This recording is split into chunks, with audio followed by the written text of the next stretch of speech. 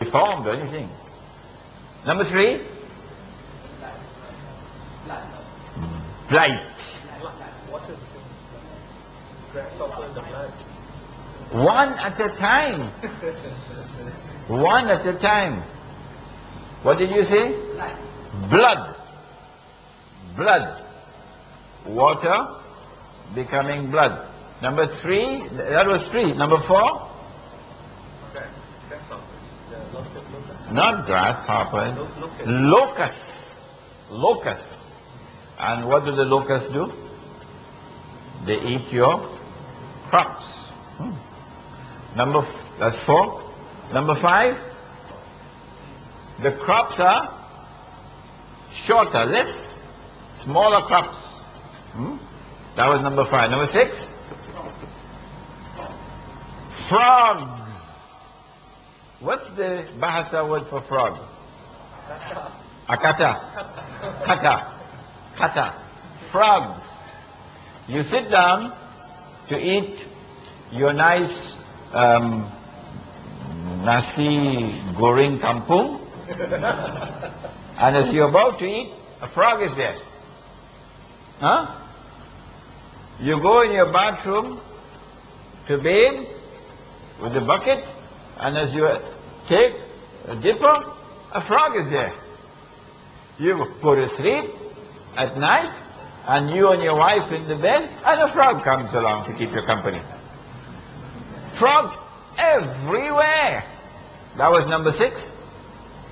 6. 7. Lice is correct. MashaAllah, lice is correct.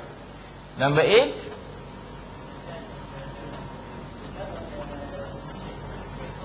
The death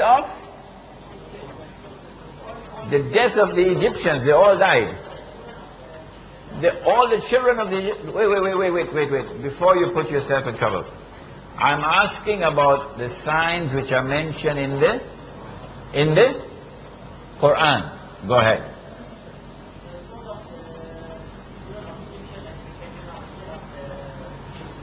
Can you find that for me in the Qur'an?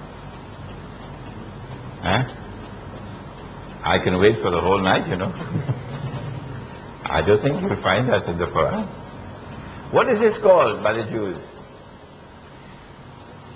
He's saying that one of the signs was that the angels came on a particular night and they took the life of the firstborn of every home.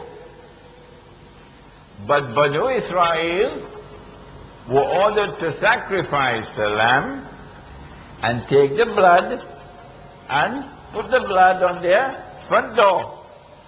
So when the angel came and they saw the blood on the front door, now the angel will know, these are pretty dumb angels, eh? Then the angel will know this is the home of Banu Israel, so the angel will pass over that home. And they call this the Passover. Passover. And for them this was one of the biggest of all signs. This one. Because the angels went and took the souls of the firstborn of all the Egyptians. But the firstborn of Banu Israel was spared because they had blood on their door. Is this in the Quran? Anybody? Anybody? Anybody? No, this is not in the Quran. This is pure fiction. Pure fiction. And it's also insulting to Allah and His justice. An insult to the justice of Allah subhanahu wa ta'ala. To say that He did this. All of the angels, because angels have no will of their own. Angels do what Allah has commanded them to do. So we have 6 so far, or 7 so far? 7. The last one was lice, okay? Number 8? Rain, heavy rain. Heavy rain. Heavy rain? I told you it was the opposite. Drought. Drought. Drought. No rain.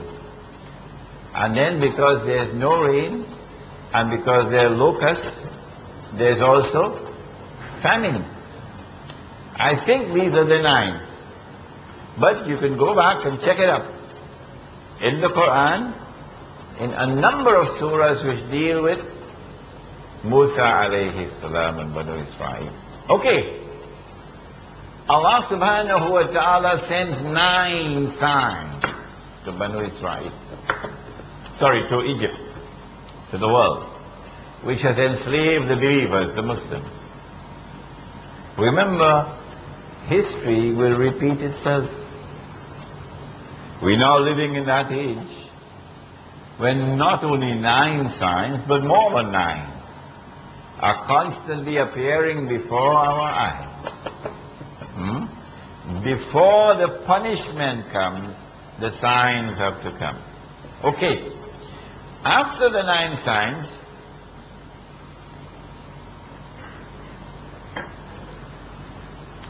and Pharaoh and his forces are arrogantly rejecting the truth which has come from Musa alayhi salam, and are becoming exasperated because these signs from Banu Israel and from Allah is causing embarrassment to Egypt. Because when the frogs came all over Egypt, and Pharaoh had to beg Musa alayhi salam, please ask your Lord to take it away. And once he takes it away, we let you go. Remember? And then when Musa prayed and Allah took away the frogs, Pharaoh broke his word. So it's an embarrassment. Okay? One after the other. And so Pharaoh is reaching to the limits of his patience. And soon he's going to attempt to deal with this problem once and for all, like the Hindus of India are now approaching that moment. When that time came, and the 9 signs had been exhausted, and Pharaoh is now ready to strike, I want to end this problem now once and for all, which is the state of the Indian Muslims today. Then we have Surah Yunus. Surah to Yunus. Musa alayhi salam is having difficulty with his own people, Banu Israel, because they are becoming increasingly scared and terrified. Pharaoh is powerful. Pharaoh is going to come after us. And this confrontation that you have with Pharaoh could lead to disaster. And we are more concerned about our Toyota Camrys and our jobs and our houses and flats. We want to protect what we have rather than to risk it all by following you, Musa. Sounds familiar, doesn't it? Huh? Sounds familiar, doesn't it? And so Allah says in the Qur'an, when that time came, فَمَا آمَنَ لِمُوسَى إِلَّا ذُرِّيَّةٌ مِّن قَوْمِهِ. Only the young believed in Musa from Banu Israel, only the young.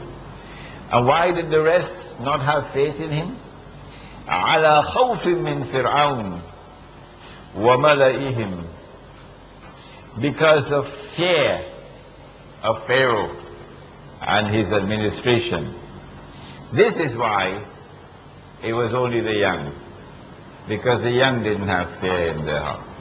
Their hearts had not as yet been corrupted.